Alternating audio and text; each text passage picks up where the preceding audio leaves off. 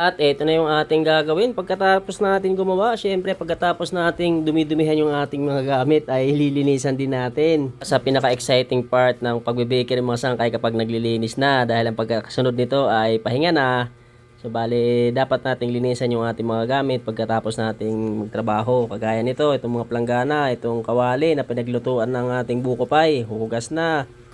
At itong ating mga pwesto dito nating pinagdumihan ay dapat din nating linisin yan. Yan, pag hindi natin nilinisan yan at gamit lang tayo ng gamit ng mga bagay-bagay na yan. Kapag kasi kayo ay hindi nyo nilinisan ngayon, kumbaga nagpatong-patong na yung dumi, napakahirap tanggalin ng dumi. Kaya dapat, pagkatapos gumawa, linisin na kaagad. Hindi pa mahirap tanggalin yan kasi ngayon pa lang naman yung mga dumi na yan. Pag nagpatong-patong nyo ng dumi yan, yan, mahirap tanggalin yan. So, bali itong tinatawag na sipag-sipagan. So bali dito nga sa part na to mga sangkay, hindi pa naman talaga ako tapos dahil meron pa akong niluluto dito. So yan, bali isang salang na lang naman yung natitira. At syempre, sinabay ko na yung paglilinis habang inaantay ko yung niluluto kong huling salang. Nang sa ganun, wala naman akong ginagawa ay nababawas-bawasan na yung aking gawain. Diba? Tinatawag dyan is diskarte. Para kung sakali man tapos na yung pagsasalang natin, wala na tayong sinalang, tapos na rin yung ating nilinisan. Wala na tayong tatrabahuin. Ay meron pa pala, hindi pa pwede magpahinga. Yung ating sinalang na ban, syempre palalamigin muna natin yan bago balutin.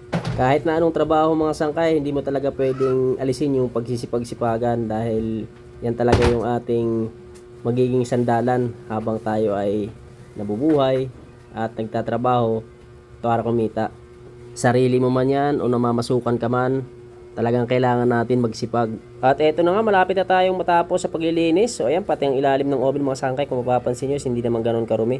Dahil nga araw-araw natin yan nililinisan. At eto na yung ating huling salang, yung ating buns, so luto na.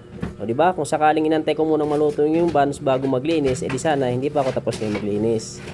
So ganyan yung ating diskarte dito para mapabilis yung ating gawain at makapagpahinga ng mga maaga-aga. At isunod na rin natin yung ating sahig sa paglilinis. So meron tayong pangkudkod sa mga dumidikit na mga harina.